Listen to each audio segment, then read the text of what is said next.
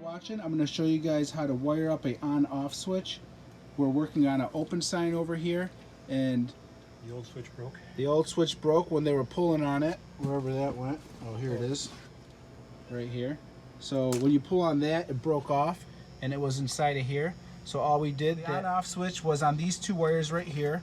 The one that the little cord pulled on, it was like a little chain, like that.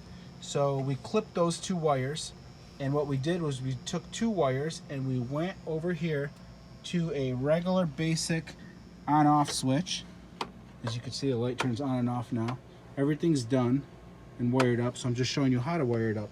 So we put those two on here. So now your on-off switch, instead of being internal, is now external. So you got your power that was right there. Real simple fix like that.